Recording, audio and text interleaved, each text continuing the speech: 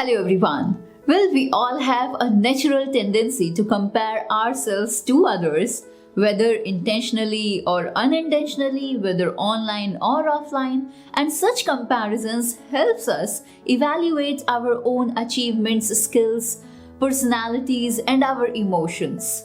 This, in return, influences how we see ourselves. But what impact do these comparisons have on our well being? It depends on how much we do. Comparing ourselves on social media to people who are worse off than we are, making us feel better.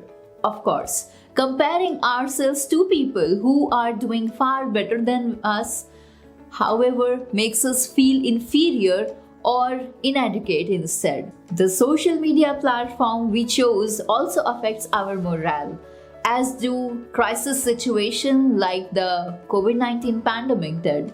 Men who perceive the rejection of a woman as the cause of their involuntary celibacy. I believe that social comparison does so, which plays as much a role in these marginal groups as it does in the general population, affects our general well-being in the age of social media. So here I'm going to give you 4 tips which will obviously help you in this. And the first one is an optimum level of comparison. The degree of comparison that individual carries out is thought to affect the degree of motivation they have. According to a study by researchers at Ruhr University of Bochum, Germany, there is an optimal level of perceived differences between the self and the others that maximizes the effect of social comparison.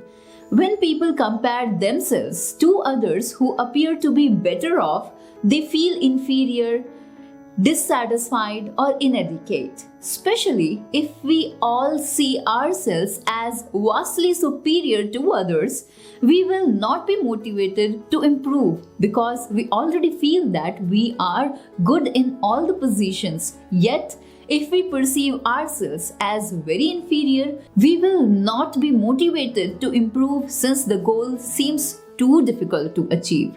In other words, the researchers note that beyond or below the optimal level of perceived differences between one's and another, a person no longer makes any efforts. By perceiving oneself as inferior, the individual will experience negative emotions, guilt, and lowered pride and self-esteem. Now, number 2 is unrealistic comparisons on social media.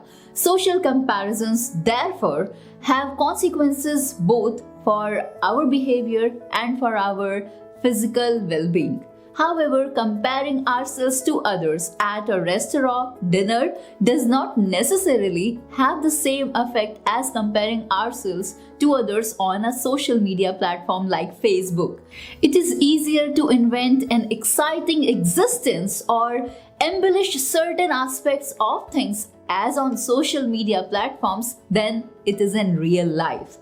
The advent of social media, which allows us to share content where we always appear in our best light, has led many researchers to consider the possibility that this amplifies unrealistic comparisons. Research shows that the more time people spend on Facebook and on Instagram, the more they compare themselves socially. This social comparisons is linked with people, among other things, to lower their self-esteem and higher social anxiety as well. Many people share only positive moments in their life on their social media platforms, whereas a study conducted by the researchers at the National University of Singapore explains that these results by the fact that people generally present positive information about themselves on their social media platforms. They can also enhance their appearance by using filters, which creates the impression that there is a big difference between themselves and the others. In turn, researchers working at Facebook observed that the more people looked at content where people were sharing positive aspects of their lives on the platform, the more likely they were to compare themselves to others. Now, number 3 is less negative social comparison. However, could the effect of this comparison in a particularly stressful context like the COVID-19 pandemic be different? A study from researchers at Core University in Enna, Italy showed that before lockdowns, there were higher levels of online social comparisons were associated with greater distress, loneliness, and a less satisfying life.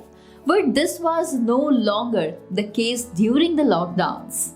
One reason for this could be that by comparing themselves to others during the lockdown, people felt that they were sharing the same difficult experiences on their social media platforms. That reduces the negative impact of social comparisons. So, comparing oneself to others online during difficult times can be a positive force for improving relationships and sharing feelings of fear and uncertainty.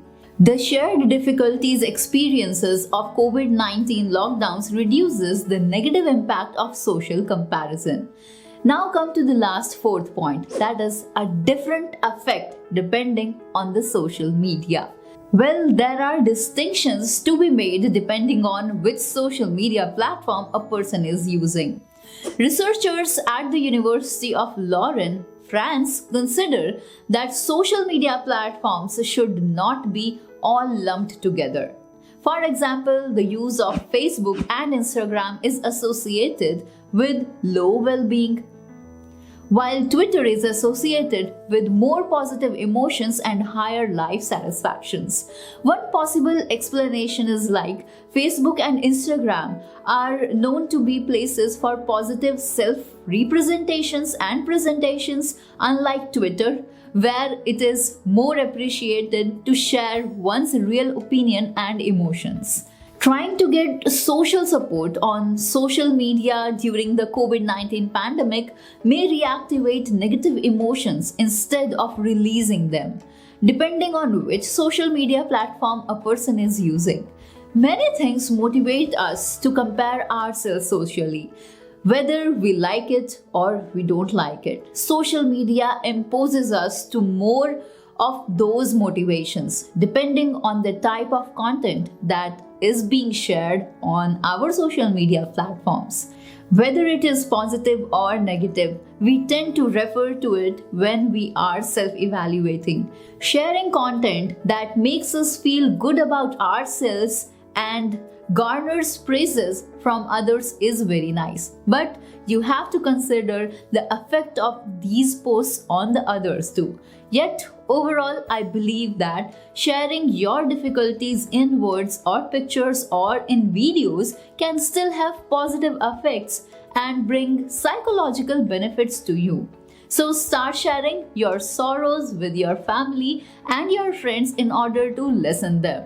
And I hope so that these 4 things will surely help you in long run if you follow them heartedly in your life. Well, this is it for this video. We'll see you soon in a very new video with some more amazing topics like this and some more self-help informational videos. So this is Davya from Tegonity Academy. We'll see you soon. Till then, goodbye. Take care.